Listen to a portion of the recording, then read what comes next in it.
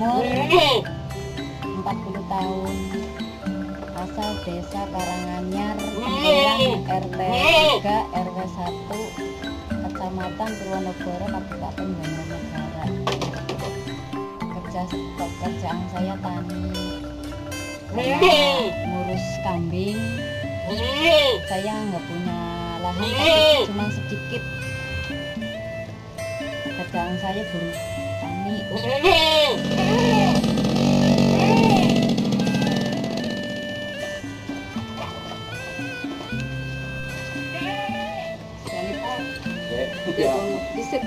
Saya punya lahan sekitar 600 meter, ditanamin singkong, jagung, dan kayu albasia.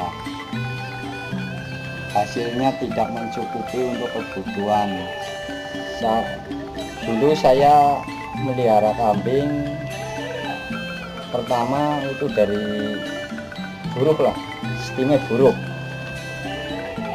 langsung bisa berkembang, itu diambil anaknya dipelihara sampai berkembang lagi, terus sudah lama-lama kambingnya mati, mendem. Langsung saya kerja menjualin kambing sama ibu, hasilnya untuk beli lagi satu, akhirnya berkembang lagi sampai sekarang. Alhamdulillah ya masih. Udah pulang.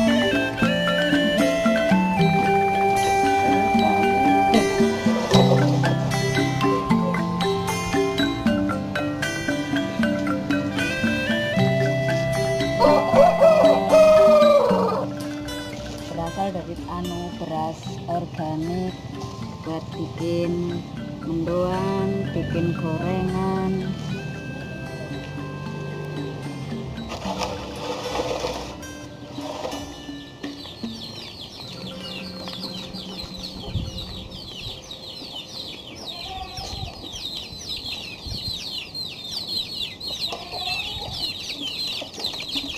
Saya punya ayam 14.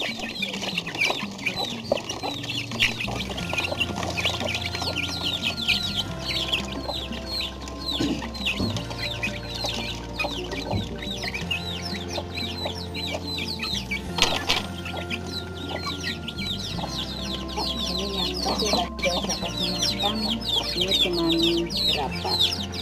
7. Ini kalau besar saya jual ada orang yang kesini, ada bakul ya kira-kira setengah tahun, 6 bulan kira-kira ayamnya harganya kira-kira 30.000. Pertanian keluarga itu pertanian yang dikelola tenaga kerjanya oleh keluarga. Biasanya mereka kan, kalau di Indonesia rata-rata petani itu hanya memiliki lahan sempit ya, 0,3 hektar. Nah, tapi ternyata pertanian seperti ini yang menghidupi bangsa Indonesia, bukan dari pertanian industri. Nah, pertanian keluarga itu selain menggunakan tenaga keluarga, suami, istri, anak yang usia produktif itu menggunakan input lokal atau alami. Jadi mereka mengelola pertaniannya itu tidak tergantung dari industri pertanian. Mak, saya mau ke sawah. Iya, berangkat, hati-hati ya Pak. Oh iya.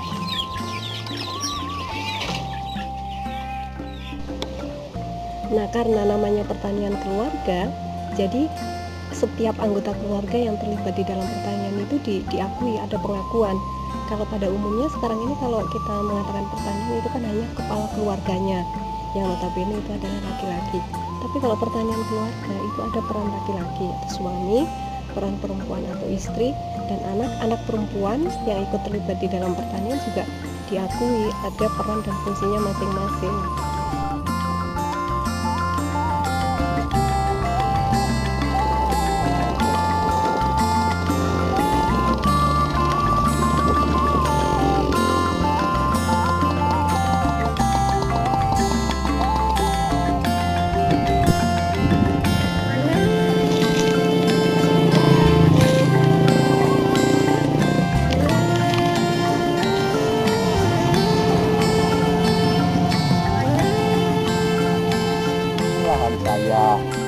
luasnya sekitar 4.000 meter. Tanamin padi organik. Lahan sekitar 3.500 meter persegi, bisa menghasilkan 2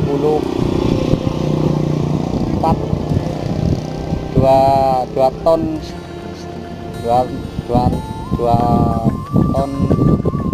4 kintal. Itu dibagi 3, berarti saya mendapatkan 800 kilo.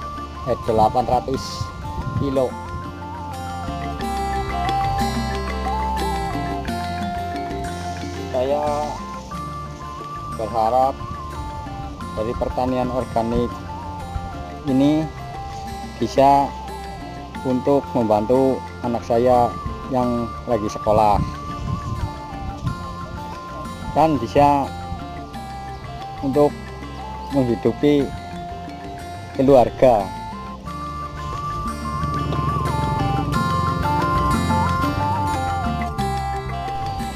Nah, dalam kenyataannya di Indonesia kan sebetulnya kekuatan pertanian atau pangan itu ada di pertanian keluarga itu.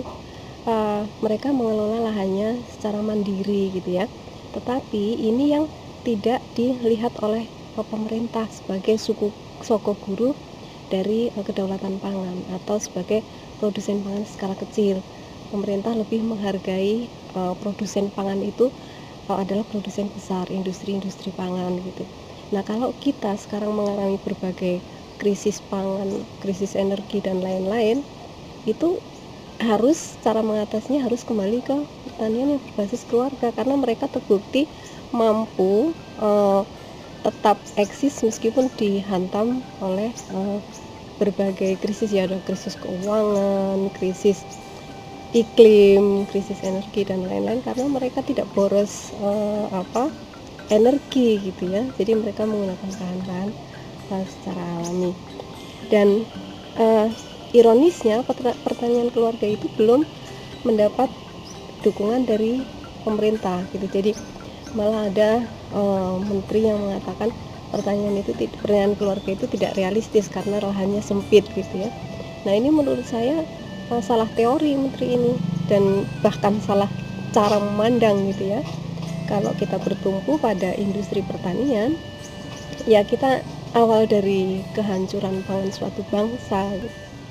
Kalau kita kembali sebagai agraris, negara agraris, ya kita harus kembali pada memperkuat pertanian keluarga, karena di situ ada pemberdayaan perempuan di dalam produksi, distribusi dan konsumsi pangan. Perempuan itu kan dari sejarahnya mereka adalah sebagai penjaga pangan dunia. Mereka tidak hanya memproduksi barang yang namanya pangan, tetapi bagaimana mereka memproduksi itu juga ada spiritualitasnya, bahwa sebagai makhluk dia harus menjaga keberlangsungan ciptaan Tuhan. Nah, yang dipandang oleh mainstream pengambil kebijakan, memproduksi pangan itu direduksi menjadi memproduksi benda, memproduksi beras, memproduksi ketela, jagung dan lain-lain. Tidak dipandang sebagai bagaimana ini menjaga kelangsungan hidup makhluk. Jadi ada distorsi tentang istilah pangan ya, misalnya padi, jagung, singkong dan lain-lain, sorghum gitu, itu hanya dipandang sebagai benda, bukan dipandang sebagai makhluk ciptaan Tuhan. Nah, ini saya kira kesalahan besar ini terletak pada modernisasi pertanian melalui revolusi hijau itu ya. Jadi mau tidak mau kita harus kembali bahwa pangan itu di dalamnya tidak hanya kebendaan, tetapi ada spiritualitas, di situ ada peran, ada pengalaman, ada keterampilan perempuan, sehingga ini yang bisa menjaga keberlanjutan kehidupan kita.